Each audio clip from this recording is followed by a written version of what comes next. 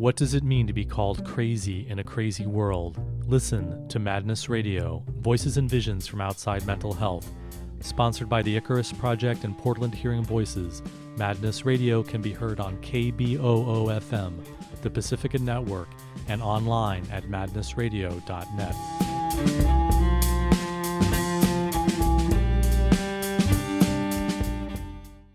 Welcome to Madness Radio. This is your host, Will Hall. Today, my guest is Nina Packebush. Nina is a queer-identified grown-up teen mom. She's a young adult fiction writer, a zine maker, and a longtime mental health advocate. Nina is the author of the new young adult novel, Girls Like Me, published by Bedazzled Inc., and Nina's also the producer of Madness Radio. So welcome on the show, Nina Packebush. Great to be here, Will. Well, people who listen to Madness Radio are actually somewhat familiar with you because you've been a behind-the-scenes presence. You're the producer, you do the editing and the technical side of things with Madness Radio for a couple of years, taking over from Leah Harris. So I'm really excited to have you as a guest, finally. I've known that your book has been in the works for several years, and I've been looking forward to this, and we're finally getting you on the show. So welcome to Madness Radio as a guest now. Thank you. I'm a lot more nervous as a guest than I am as the behind-the-scenes person. Well, this is your first book, right? Yes, it is. I have to say, I didn't know what to expect. I know you had written a book. I was excited to get it out there, and you sent me a copy of it. I started reading it, and I was really into it. I really enjoyed it. I mean, first of all, your writing style is very clear. It's almost like watching a movie. So I found like I was very drawn in and very interested and compelled by the book. And then just the description, the experience of being in the psych hospitals and the whole world of being a queer teen mother and the obstacles and the challenges that the main character faces. It was really, really a great book. I'm really glad that you wrote this, and I'm especially glad that this book is out there because there are so many people who don't have their experience reflected in the media and don't have books that talk about their experience. And as we're going to be talking about on the show today, being a teen parent as a queer is something that's not represented or discussed, but it's actually a lot more common than people realize. And there are very few books that really represent the psychiatric experience for young people in any kind of critical way. So I'm really glad that you wrote this book, and I just want to really appreciate you for that, and also to invite people to get a copy of it. You'll really enjoy it. So thank you very much. Yeah, that's why the main reason I wrote this book is we just don't see ourselves represented out there in any sort of media, really, especially for teenagers. And so don't give us any spoilers, but give us a synopsis of what the book's about so people kind of know what they're getting into. Well, the book is about 16-year-old Banjo Logan, and she is, her mother was a teen mom and her older sister was a teen mom, and Banjo her mother is queer, and Banjo identifies as queer, so she never thought she was going to end up pregnant, and she ends up getting pregnant by her genderqueer partner, and unfortunately her partner ends up taking their own life the same day that Banjo gets pregnant. And so it's the story of Banjo coming to terms with the suicide. She ends up in the psych ward where she meets some other kids, and for the first time in her life kind of feels like she fits in. Try not to give any spoilers here.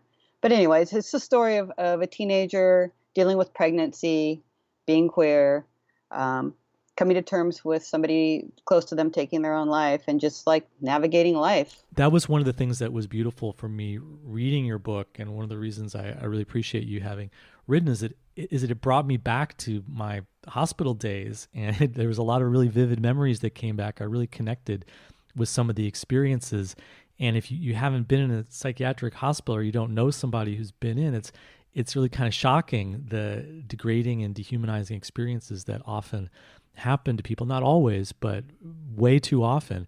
And there was another side of it that you really tuned me into, which I thought was just really beautiful. And so many people also have this experience. As you go into this alienating place, this abusive and violent place, you really are, it's one of the worst moments of your life. But then at the same time, you meet other patients, and some of them you don't want to be around, and some of them you have a really hard time with, but there's a few people that you really connect with. And that has happened to me when I've been in psych hospitals and in the psychiatric system. And it's also the basis of the peer support movement and the recovery movement and groups like Freedom Center and Icarus Project and all the different mutual support, is that actually this terrible thing that has happened to us has actually allowed us to find each other.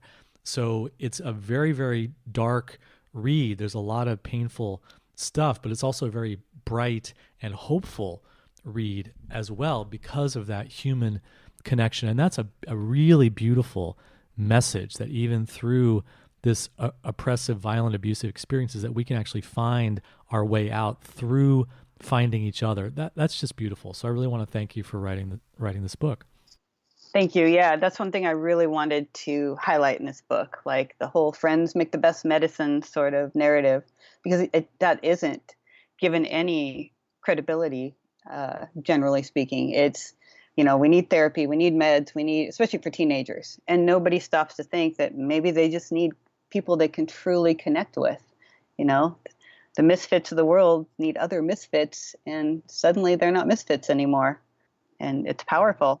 Which is also the message and the strategy of the queer liberation movement, is by finding each other, that's how we get empowered and overcome our oppression and actually move forward and help make changes in society, as also make changes in our own lives. And so is that really what motivated you to write the book? I mean, where did you get the inspiration from this? I mean, it sounds like a lot of this came from your own family and your own experience as a queer teen mom. Yeah, it did. One thing I do want to say is when you were saying the queer, the queer pride movement and such, the Mad Pride movement also, like, that was one of the things that helped me tremendously, was finding other people who identified as mad or didn't identify as mad but had a diagnosis, and being like, wow, like, there are other people out there and I respect and think they're amazing, and it's okay to be like who I am. And I didn't have that as a teenager. How did you first connect with the Mad Pride movement? It's a long story. It was like 2003, so what, 14, 15 years ago. I had some friends, and one of my friends ended up going into an extreme state and ended up in a mental hospital in Massachusetts. It was a terrible experience, and their partner was actually in Seattle, where I live, and trying to get them out, and finally got her out of the hospital and brought her here to Seattle. And that was actually when you and I sort of almost crossed paths, because yep. I was part of the community in Massachusetts that was trying to help your friend in the hospital, when all the Cooley Dickinson Hospital, when all this was happening and all these people were trying to get mobilized just to support them. So we sort of have this kind of destiny that's connected us. Yeah, it's pretty wild when you think about it. So she ended up coming here to Seattle, and that was a terrible idea. And so her partner decided to get her back to Massachusetts. And I was hanging out with this person and our kids, and she was telling me the story, and I'm like, I'll take her back. So I had a few hours notice, jumped on a plane with the person who was in the crisis, and was supposed to be in Massachusetts for 24 hours. It took us 24 hours to get to Massachusetts because of the last minute plane tickets and the layovers. And this person I was with was in an incredibly extreme state. And I had never experienced anything like that before. So got her back and realized I couldn't leave. There was no way I could leave this person in this state alone. And ended up staying for 5 days. And the only option that I knew about at the time was to take her back to the hospital, but not Cooley Dix. So ended up making arrangements to take her to a hospital about 2 hours away from where we were at. But in the meantime, her partner had been trying to find help, and all she could find was, she said she had spoken to some nice little punk boy named Sasha, but that's all she knew. And I should throw in that her partner, this person I was speaking to, was also going through some extreme states of her own, which I was not aware of at the time. But she was not able to give me any more information than that. And I tried to find who this Sasha was, and couldn't, and ended up having to take this person who was in crisis to the hospital and checking her in. And it was probably the most traumatic event of my life at that point. Like, it was really, really intense. And So you heard that there was this connection with this movement, and Sasha, I'm imagining, is Sasha de Brule, and you almost were able to make that connection to the Mad Pride movement, but you didn't. And then your friend goes back into the hospital again. yeah, she goes back into the hospital again, and basically, I, cried all the way home, which was another 24-hour trip because it was another last minute ticket to get home. And so then fast forward a couple of years, and my own kid, and when I'm gonna stop right here and say that my daughter has talked about her own experience, and anything I share on here, I have permission because I don't believe in parents sharing their children's story as, sensationalist sort of, oh, poor me kind of situation. So anyway, my daughter was going through some pretty extreme stuff, and everyone was like, hospital, hospital, hospital, and I was like, I can't do that. I know what it was like putting this other person in the hospital. So I started Googling and managed to land. I was like putting in things like Sasha mental health and Sasha, anything I could think of. And finally I landed on the Icarus Project and started reading the boards. I did not participate in the boards at all. I just read because I felt like as a mom, I knew a lot of people were being traumatized by their interactions with their families. And I was like, I don't want to come in here as this mom and seem like, I'm one of those people. So I just read. And then at some point, probably about a year later, I saw a little link on the side to this thing called Madness Radio. And I ended up downloading every episode and just binge listening to every episode on my iPod. And anyway, when I was able, because of Madness Radio and the Icarus Project, literally kept my kid from going to the hospital. At the same time, I had actually found the NAMI, family to family classes, and joined that. Let me ask you this: how hard was it to find NAMI on the internet? It was so easy to find NAMI. It was probably, and I can't say this for sure, but I'm sure when I typed in Sasha mental health, NAMI was NAMI probably came one of my up. Yeah, first hits. Yeah. they're probably gaming that. Yeah. And I was so excited when I found NAMI. Like I went to the meeting like so excited, and got my big notebook, which they would only give you like whatever section you were studying. You only got that section at a time. So you couldn't read ahead. We had to promise not to give the book to anyone, share our information, because they felt that people couldn't just glean information from the book. They had to come to the classes. And I started to notice that everyone their people were in really seriously not doing well. Like everyone there whose partner, child, or, brother, sister, parent, kid, whatever, was in a hospital or in jail or living on the streets or not working. And, they were like making plans for their adult children, like making the directives for after they pass so somebody could care for their adult child. And I was like, if this is what this help is going to give me, like, no, thank you. And so I was able to look at Icarus Project and go, wow, look at these people with the same diagnosis and going through the same thing. And I should throw in, I also had my own psychiatric history. I'd been diagnosed with major depression and ADHD, and then they started trying to give me the bipolar diagnosis. So I had been on meds that had not worked for me, that I was on Zoloft, and they had thought I started having such severe side effects. They tried to diagnose me with MS, multiple sclerosis. From the side effects of the meds. Of Zoloft. And so, and then I was on Wellbutrin, which I actually have to say, I love Wellbutrin. It triggered the most amazing manic episode in me that hey my manic episode on Prozac was memorable for sure. Yeah. So, it's definitely some fun. So it's just short-lived. That's the thing. Yes, exactly. So and one thing that we should say too is that the hospital in Massachusetts, Cooley Dickinson Hospital, this is a relatively affluent area of Massachusetts. It's considered kind of maybe state-of-the-art mental health services. And at the same time, often these experiences are really, really horrible. And then if you write about them or talk about them or just describe what happened, people say, "Oh no, that's not, you're exaggerating, or that's not really how the system is." And that was maybe back in the days of One Flew Over the Cuckoo's Nest, but not today. And the reality is that yes, it does happen today. And your book, Girls Like Me, really captures the all those little small humiliations that we as patients go through when we're in those interviews or we're in that locked ward, and the impact that it has on people of just making you feel so much worse and so much more isolated. And so I was really, really struck by the book, really capturing a lot of that, as well as the positive side of finding other people that you can connect with, through this experience. But you really put us into that world of being a mental patient and being in a psychiatric hospital in a very vivid and powerful way. Yeah, and I explore in the book, and then there's a sequel that I'm writing right now. But one of the things I explore is the trauma, the residual trauma from being in that experience that my character Banjo experiences. Like, it makes it pretty hard if things happen to seek help because of the fear of that happening again, and also just for my character Banjo.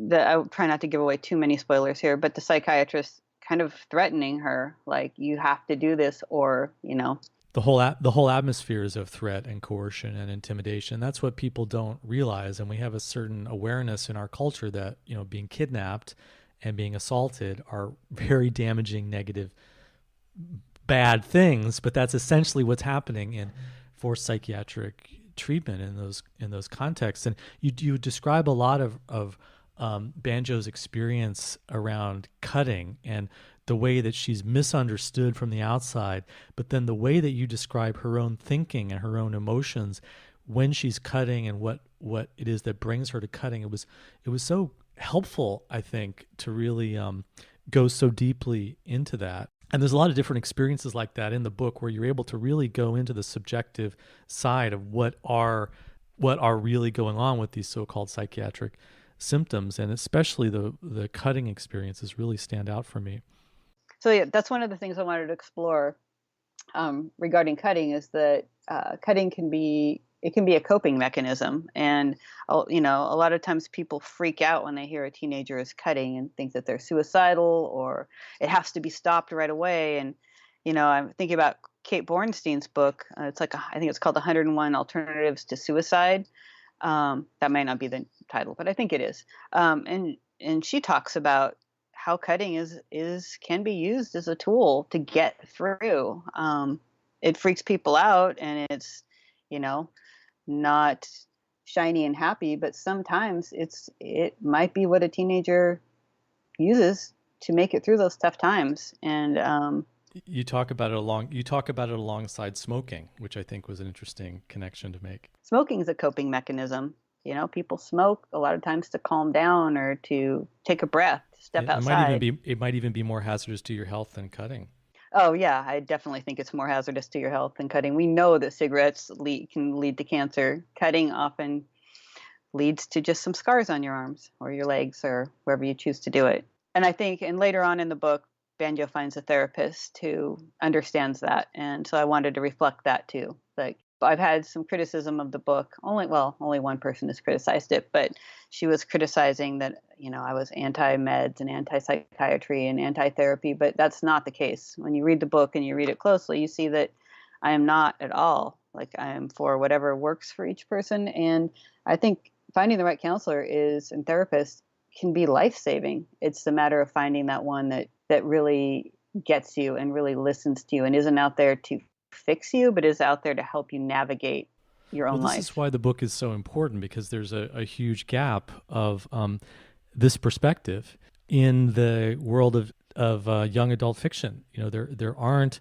stories that really represent the trauma of psychiatric abuse as it impacts queer people and queer teens and queer parents. And there's a lot of queer teen parents out there, and that's something that doesn't get acknowledged. And I think that when we have an issue that's kept in the shadows and is pushed away and isn't talked about, it gets surrounded by a lot of paternalism. People rely on authorities, they want to control the information flow. They want to just put out a certain kind of ideological message rather than giving people the benefit of figuring things out for themselves and respecting people's intelligence, because teens are moving into adulthood and finding their own way in the world, and they have their capacity for being independent and for leading their own lives has to be respected. And so it's really important that we have these representations of the dark side and the negatives of the mental health establishment and medicine and hospitals, because that needs also to be part of the conversation. And I think because your work is groundbreaking and it's filling this gap, it really deserves to be recognized and read. And I understand that it's been nominated for some awards now. Is that right? Yes, it has. And so my book, I think one thing about my book is, as far as I can tell, as far as my publisher's been able to tell, it appears that this is the very first YA novel that deals with a queer teen parent. Like, that just hasn't happened before. And I haven't read too many YA novels, and I've read a lot. I'm actually not sure if I have read any that have dealt with the reality of queer kids in the mental hospital. That's a huge theme. Like, you can pick up a good many YA books that have have kids, I should say, teenagers in the mental hospital. But I have not read one yet that has the theme that I have, that it is not up to necessarily people outside of yourself to cure you or heal you, and there's not some magic pill or some magic therapist out there that's going to make it all better. Or in many YA books, the teenagers go into the mental hospital and then they, end up taking their own life, and it's always portrayed as they didn't take their meds, and so then they took their own life. And yeah, there's so much of the salvation narrative of it's the person is manic, or they're in their delusional world, and then all these things happen and it seems fun for a while, and there's the crash, and then finally they're like, okay, the doctors were right. I have to be saved by compliance. And so what you're saying is that your book is actually groundbreaking in two areas. One is queer teens in the psychiatric system, and the other is queer teen parenting. Right. Yeah. Like I said, I don't think that there is another YA book out there that deals with queer teen parenting. And yeah, it was also a big learning for me, because I didn't know that much about this. So it's really great to find out more about it, because it isn't talked about. I mean, isn't the rates of pregnancy and parenting is higher among queer teens than teens in general? Is that right? Yeah, that's right. So I was a teen parent. I had my first child at 18 and later came out as queer. And then back in the day, so probably, about 2003, I found this internet bulletin board called Hip Mama. And there's a magazine. I'm sure a lot of people who are listening to this have heard of Hip Mama. But back then it was, pretty new. And I got on there and I met all these other teen parents. Some were still teenagers. Some were like me at the time. I was like in my late 20s, early 30s around that time. And it was just so amazing to meet all of these teen moms, and that I had, I had been alone all this time. And then I started to find out, because I was starting to come to terms with the fact that I was not straight. And then I start to find out that a lot of these teen moms were either queer at the time they got identified as queer at the time they got pregnant, or later came out. As a matter of fact, my best friend, she had her first child at 16, and we met on there, and we came out within a year of each other. So I was like, I used to joke, it's like, oh, teen parenting makes you gay, because it seemed like all the teen parents I knew turned out to be gay or queer identified. And then in May of 2015, a study came out, and it looked at lesbian, gay, and bisexual teens, not queer identified, not trans or genderqueer, but lesbian, gay, and bisexual.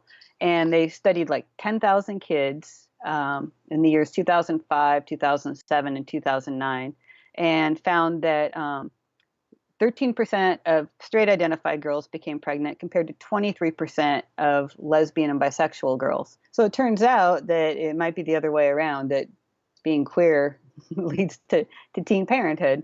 And so what do you make of those statistics? I mean, why do you think that connection is there? I think there's a lot of factors, and some of them are touched on in this study, which was, by the way, done by George Mason University. If anyone wants to look it up, it appeared in the American Journal of Public Health. This is an evidence-based interview. Yes, it is. Because people, people are like, oh, Yeah, that yeah, people have questioned me on this so many times, and I'm yeah, like, yeah, okay, first of all, it's my reality because I don't always yeah, believe every study, but it's the reality that I saw yeah, before this ever came out. But anyway, um, I think the reasons. I mean, there's a million reasons. I think queer kids oftentimes uh, end up needing to use sex for survival, and that might lead to pregnancy. Queer kids are overlooked when it comes to sex education and birth control. Oftentimes, you go in and you say you're gay or lesbian and they may not even offer you birth control because they're not assuming that you would ever possibly sleep with somebody of the opposite gender. Um, Queer kids get pregnant because they have sex. I mean, there's just a million different reasons. And I think another reason is that I'm going to assume that a lot of these lesbian, gay, and bisexual kids are also queer identified and may not be, um, one end of the gender binary or the other. And if you're kind of in the middle of the gender binary and you're hanging out with somebody else who might be, you may not actually really think about it, about pregnancy. In my book, Banjo's partner, the one that ends up taking their own life, was genderqueer and they had been identified as male at birth. But Banjo doesn't think of this character, this partner, Gray, as male. It doesn't cross her mind really that this is, that she's having heterosex because she's not. They're both queer. And so it results in a pregnancy. And that was something I really wanted to explore in my book is that, pregnancy is not just straight boy, straight girl, have sex, get pregnant. It's a lot more than that. yeah. I mean, maybe the variable here is really about sexual empowerment. That in a homophobic and transphobic society, if you're a young queer person or lesbian or gay person, then you're just going to be in this world where your sexuality is so disempowered and so disconnected that maybe that is what contributes to the higher pregnancy rates. Yeah, and like I said, I think it's so many factors that we can't just say, oh, this is the reason that queer kids are more likely to get pregnant. There's just so many different factors.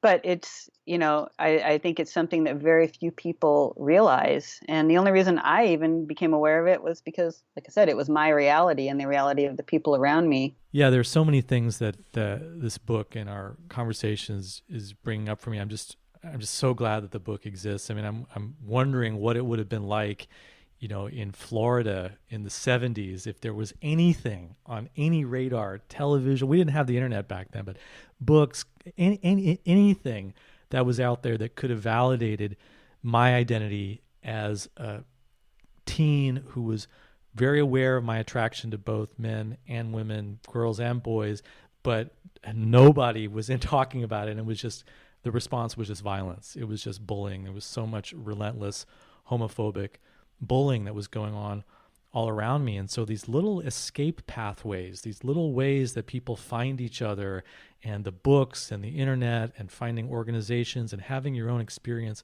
reflected. I mean, I really wonder if I had had that, if my own life course might have gone a very, very different direction, because the bullying and the isolation has, I know directly contributed to the crisis and trauma and the difficulties that I've had in my life, and then, brought me into the psych hospital. And so I'm just really realizing the importance of what you've done here by creating that pathway and creating that way of connecting people and having their experience reflected. And hopefully we can reduce the amount of violence and we can reduce the amount of trauma by changing the world. And this is how it happens. The culture changes, the books that we read change, the books that are on the shelves, the things that are available to us at the library, that changes, and then the society is changing. That's essentially why I wrote the book. I have never seen myself reflected in any sort of media. Like Finding Hip Mama was a lifesaver because I saw other people like me, and it gave me the space and the support to come out. Like, I looking back, I knew I wasn't straight from the time I was really young. And I guess that's another reason that queer kids might be more likely to get pregnant is like I had to prove that, I wasn't that I was basically normal. I had been bullied. I'd been the shy kid. I'd never fit in. And so getting a boyfriend was like huge to me to prove like, no, I'm just like everybody else. And getting pregnant, and and I chose to proceed with the pregnancy. I want to say one thing, actually, on that is I am adamantly pro-choice. The minute you write a book about a teenage parent, everyone thinks that you are somehow anti-choice, and I am not at all anti-choice. I just believe that it's choice. If a teenager wants to proceed with their pregnancy, they should be supported 100%, just as if they were to choose to have an abortion. And I think that's one place the feminist community often drops the ball, is they jump right on the same bandwagon as everybody else in shaming, blaming, and oh my gosh, this is the worst thing you can do. You're going to ruin your life. And to me, that is not feminist. You need to, pro-choice is pro-choice, and that's period, the end. Yeah, because that's really a big double standard. If you're a certain age and you fit a certain kind of expectation, then hey, it's celebrated. Oh, you're pregnant, congratulations. You're gonna be a mom. It's great. And but hello, if you're on the other side of a certain line, the opposite kicks in. It's incredibly stigmatizing, and the messages and the education that goes on in society is really a put down, which of course just drives people to be isolated, and even more disempowered. And potentially find themselves in a mental health crisis. So yeah, so one of the things that like kept me going on this book, that made me feel like it needed to exist, because there was times I felt like it was like, what am I doing? Like, this is, nobody is going to want to read this book. And the truth is, it's not going to have probably the readership as a more mainstream book. The books need to exist that really reflect teenage life, and that adults like to think that, teenagers don't face these really huge and scary things in their life. Like, oh, we can't write about, we can't write a story about a teenager who is a pregnant queer teen. We can't write a story about a teenager who's faced rape or molestation or drug abuse or any of these things that adults like to think that teenagers, don't face. Or if the books are written, they're written kind of from the paternalistic adult point of view that just wants to preach what's right or wrong. And you were mentioning before that there was a review that came out that basically was saying like, well, it's a good book, but it's too anti-meds, or it's too anti-psychiatry, or it portrays psychiatry in a bad light. Well, actually talk to people who've been in psychiatric hospitals. This is a real experience that really does happen to people, and there's horrible abuses, and it's very dehumanizing for many people. Not everybody, obviously, but for enough people that it needs to be recognized and reflected in the culture, including young adult novels. And that's why what you've done is so important. Particular review you're talking about called the book bleak, and I was like, well, sometimes when you're a teenager, your life is kind of bleak, and I don't think my book is bleak. I mean, it definitely is hard, and there is a lot of bad stuff that happens, but there's also this underlying hopefulness in good stuff that happens. And I mean, I don't know. I think if you interviewed 100 teens, 99 of them would say that they've had some pretty bleak moments in their life, and maybe their parents haven't been completely aware of it. But Yeah, and a lot of them have been in psychiatric hospitals and had terrible experiences. So where are those books? And I would agree. I mean, I don't think this is a bleak book at all. I think it does something really wonderful, which is that it faces head on some of the horrors of what it is to be a young person, but then at the same time provides the actual way out of that, and the positive side of finding your identity, embracing who you are in a community of other people who've had that experience. And it happens in the book, and also it's something that happens by the act of you writing the book. You're making that more likely to come to realization. So I think that it's actually a very hopeful and very positive book, but not in a kind of a simplistic way, but in that it shows both dark and light. And I wouldn't call it bleak at all. And again, I one of the things that really struck me about is your writing style is great. I felt like I was in a movie. I was being carried along in this incredibly vivid story. There's a couple of different timelines, and I just got really connected and really interested in the characters. And I think that it does work for mainstream appeal. And I would be great if this was brought into a movie, because it would make a great movie as well. And so the book is also this great window into something that's not talked about very much, which is teen parenting in general. So do you want to say a little bit more about that? So what are some of the other things that people should learn and know about teen parenting in society? Yeah, so I think the number one thing people need to know about teen parenting society is if you meet a teenager who tells you they're pregnant and is continuing their pregnancy, uh, what you need to say is congratulations, not oh my gosh, or start telling them, how their life is going to go awry, or, offer them the names of an adoption agency, or ask them if they've considered abortion. If they are keeping the child, if they're keeping this pregnancy, if they're continuing it, the only thing you need to say is congratulations. I'm so excited for you. Wow, this baby's so lucky to have you as a parent. Those simple words can change everything. I mean, seriously, I don't think people realize one person being excited for a teenager having a baby can literally make or break their parenting. And I think a lot of people aren't aware of this. There's an organization called the National Campaign to End Teen and Unplanned Pregnancies. First of all, I think the title says everything. It should be the National Campaign to End Unplanned Pregnancies because, that kind of encompasses everyone. If you're a teenager and you don't want to have a pregnancy, then it focuses really strongly on ending teen pregnancy. And if you look at their site, it is actually ending unwed teen pregnancy. And it's government funded. It's very mainstream. And they had an ad campaign a few years back that was posters of girls, and there were some boys, but I'm just going to focus on the girls for it right now. And the girls would have pictures of the word, like one of them features a girl with the word reject in red across her chest. Seeing that even now, hurts me to see that because I'm a teen mom. And once you're a teen mom, you're always a teen mom. It sets you so outside the mainstream. And another thing that many people don't realize, is back in the Contract for America with Newt Gingrich, he actually was promoting orphanages for the children of teenage parents. If a teenage parent needed any sort of government assistance, food stamps, medical, anything, his proposal was that their children go into orphanages. And, there's magazine covers, People magazine, Time magazine, Life magazine, with headlines, children having children.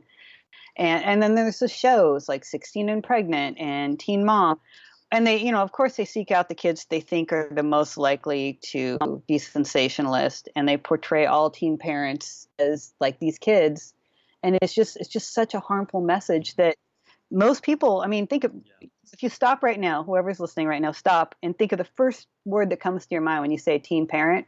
It's probably a negative word. But what could be more natural? I mean, young people have been having kids since forever. So there's nothing inherently wrong with it. It's like literally a natural thing. It is a natural thing. And we are successful. We can be successful. There was a study that came out many years ago, but what they did was they followed teenagers from similar socioeconomic backgrounds, and the kids the girls that ended up getting pregnant and continuing their pregnancy by the age of 30 were actually doing better. And by better, they are measuring it by capitalist society, financially and such, than the kids who hadn't. And, it may, in the short term, it may look like, okay, yeah, we need a lot of help. We might need government insurance. We might need food stamps. We might need different subsidies. But in the long term, if we get that help and we have people supporting us, we're going to do just fine. Teen parenthood is looked at through a capitalist eye. It's not looked at through a realistic eye. It's all about measuring what we can financially contribute to society. It's so important, and I think a lot of us aren't thinking about this. I mean, I haven't thought about it enough. So thank you again for this book and this opportunity to bring this whole issue forward. Nina, do you want to read some of the book, like some selections, some of the chapters or something? Yeah, I'll actually go ahead and read a little part here where it kind of outlines some of the microaggressions that teen parents face. So this is in the middle of the book, and I love the word microaggression. I mean, where was that word when I needed it years ago. We didn't have that word and we needed it, you know? Yeah, we didn't have that word. We're like, oh, we're just too Right. sensitive. It wasn't happening. There was no word for it, so it must not have been happening. Yeah, yeah, exactly. All right, so this is chapter 12, and I'll just read a couple pages. Mom pulled up to the women's clinic. Ready? No. It'll be okay, sweetie. I doubted that. We walked through the polished glass doors into a lavender room filled with overstuffed chairs in various pastel colors. The walls were covered in watercolor paintings of mothers and babies, most of them sitting in soft focus flower gardens. We made our way to the check-in counter. The thin woman behind the desk smiled at Mom. "Hello," she chirped. Mom returned her smile. "My daughter has an appointment at 1:30 with Dr. McCann, Amanda Logan?" As Mom said this, I realized I should probably be the one checking in. I suppose that would be the grown-up mom thing to do, but I stayed silent. The receptionist's gaze shifted from my mom to me. Her smile melted into stern judgment. The woman looked me up and down, her eyes resting just a moment too long on my chopped-up, scraggly hair, which had grown out into some sort of mad scientist style of a disaster, before moving down to my watermelon belly sticking out under the men's shirt. She handed me a clipboard and pen. "Please fill this out and return it to me when you're finished." Her voice was hard. Mom put her hand on my back as we made our way to 2 empty chairs. The room was filled with women, some with brand new infants in car seats, some with swollen bellies. A few had, what I assumed to be, husbands sitting next to them. All were much older than I was. I felt their eyes on me as we passed them. "This sucks," I whispered to Mom. "I feel like a freak." "I know, baby. I've been there. Just try to ignore them." I filled out the paperwork and returned it to the desk. I heard a little boy say, "Mommy, is that boy gonna have a baby?" My fingers dug into my palms. It didn't bother me that he thought I was a boy, because sometimes I totally felt like a boy. What bothered me is that girls like me didn't fit into this heteronormative, middle-class, shiny white world. I was too queer, too poor, too much in the middle of the gender binary, and too young. Did my baby even stand a chance? I made my way back to my seat, flopped down, and picked up one of the parenting magazines from the small table next to us. A blonde mom and her blonde son smiled back at me. "Today's Most Amazing Moms" was the feature story, followed by 14 totally awesome breakfast hacks for toddlers to teens, and Disneyland planning made easy. I flipped through the pages. All the moms looked straight, and if not rich, definitely not poor.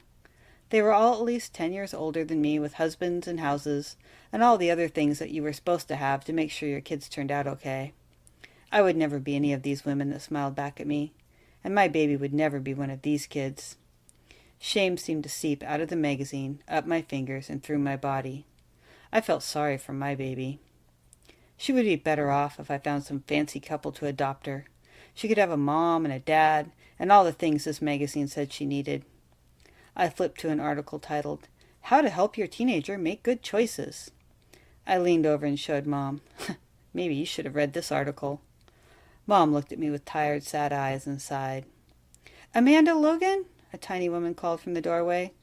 Mom and I stood. I heard the little boy say, "See, Mommy? That boy has a baby in his tummy." The mom shushed him as my mom took my hand in hers, and we followed the nurse into the reality that I'd been trying so hard to avoid. That's great. No, that it's a great book, Nina. It really is.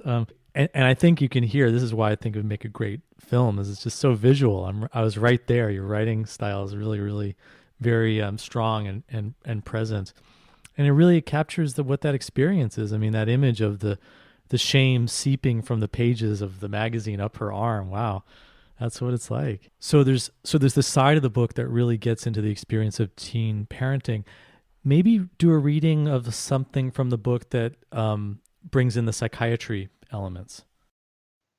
Okay, I think I'm going to go for chapter 9, which is when Banjo is getting released from the hospital. The next morning, when I made my way to the dining room, Prue and Dylan weren't there. As I spooned soggy cereal into my mouth, I kept my eyes on the hallway, hoping to see them, but they never appeared. They must have been released early that morning.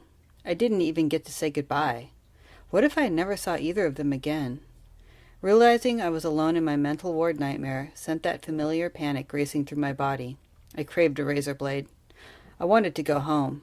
I missed Rags and my mom and Sam and Henry, even James.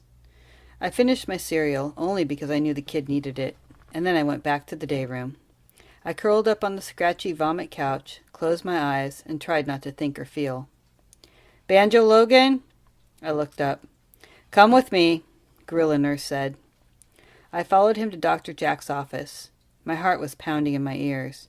My hands and arms felt thick and heavy like tree trunks. My lungs shrank, only allowing me to take shallow breaths. I dug my fingernails into my palms, trying desperately to ground myself with the pain. It wasn't working. The door was open and he waved me in. The nurse closed the door as he left to go back to the main room. Dr. Jack motioned for me to take a seat in one of his fancy chairs. He didn't waste time smiling.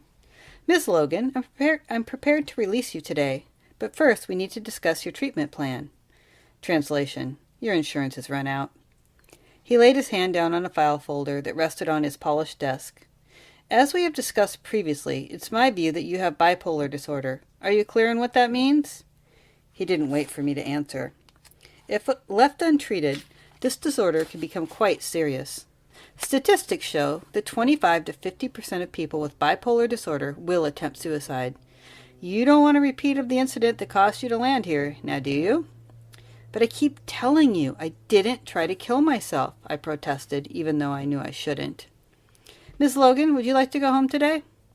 Prue's voice was in my head. "Just go along with whatever he says." "Yes," I said. "Okay, good. Then we're on the same page." He smiled his big, shiny smile. "Because of your pregnancy, I feel like continuing the Seroquel is an awesome choice for you. Studies show a low risk to the fetus, and the side effects for you should be pretty minimal. Once the baby is born, we can discuss other possible medications. I'm assuming you aren't going to breastfeed?" Of course he assumes I'm not going to breastfeed. He probably assumes I'll fill the kid's bottle with chocolate milk or Kool-Aid. I remained silent. That line from every cop show I've ever seen popped into my head. You have the right to remain silent. Anything you say can and will be used against you. His voice was like a middle school math teacher as it droned on patiently, explaining to me that being crazy was much more dangerous for my baby than a tiny little pill. He continued to educate me on the risk of suicide and psychosis in the unmedicated bipolar. I guess I was about to turn from Banjo Logan, the unmedicated bipolar, into Banjo Logan, the medicated bipolar. Lucky me!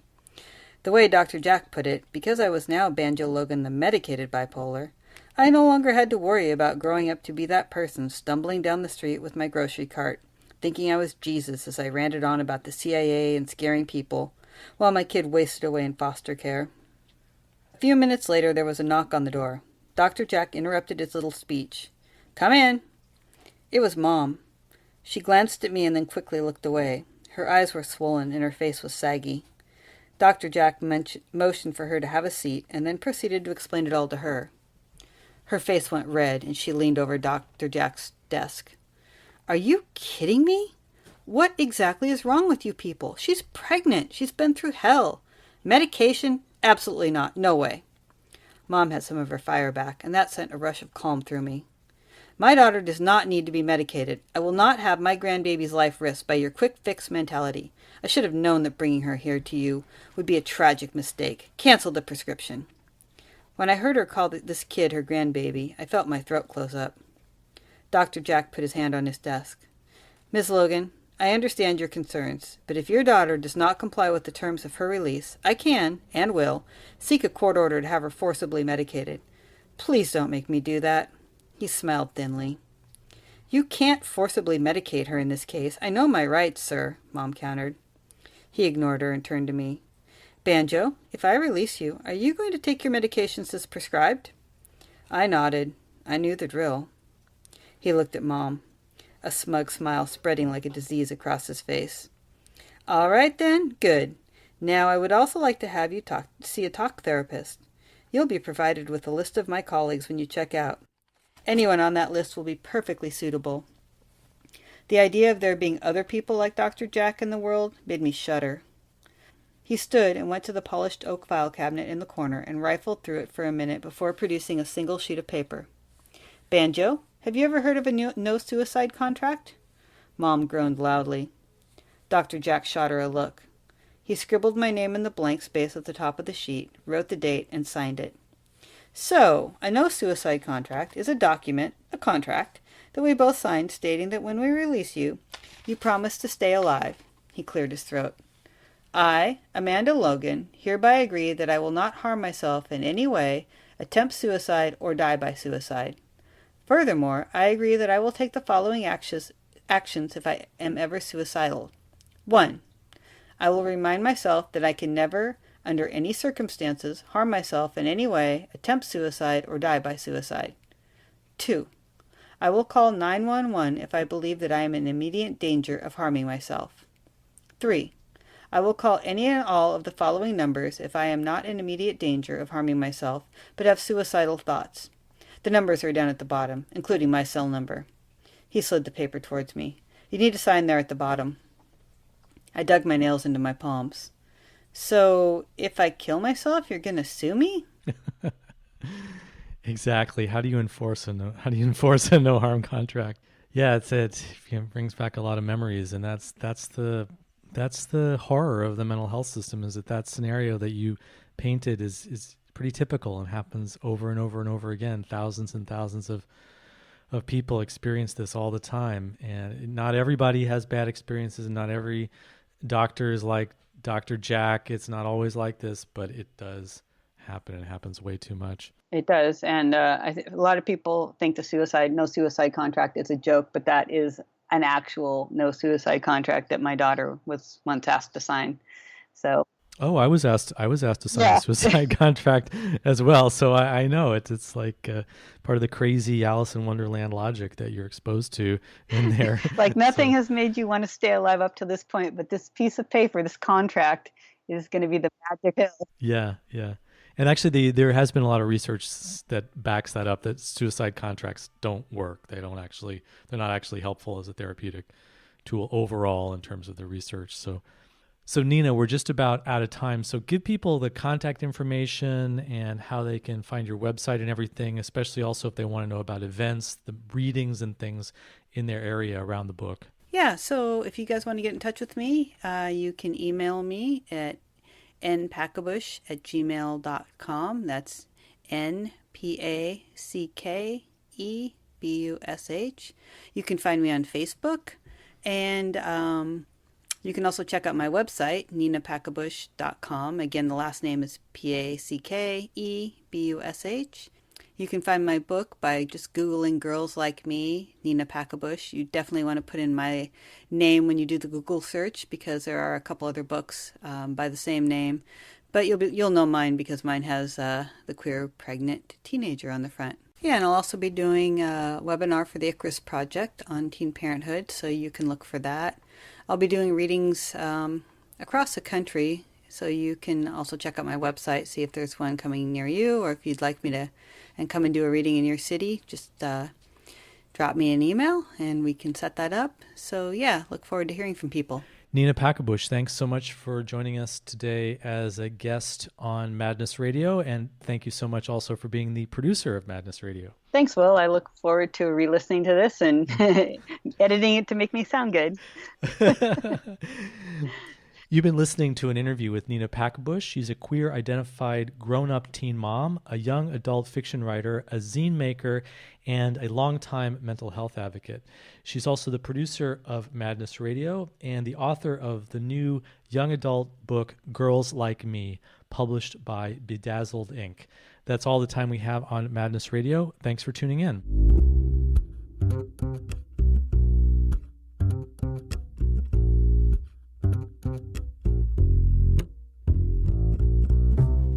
You've been listening to Madness Radio, Voices and Visions from Outside Mental Health. Madness Radio is sponsored by the Icarus Project and Portland Hearing Voices. Host is Will Hall and producer is Nina Packebush. Madness Radio can be heard on KBOO-FM and the Pacifica Network, and shows are archived online at madnessradio.net.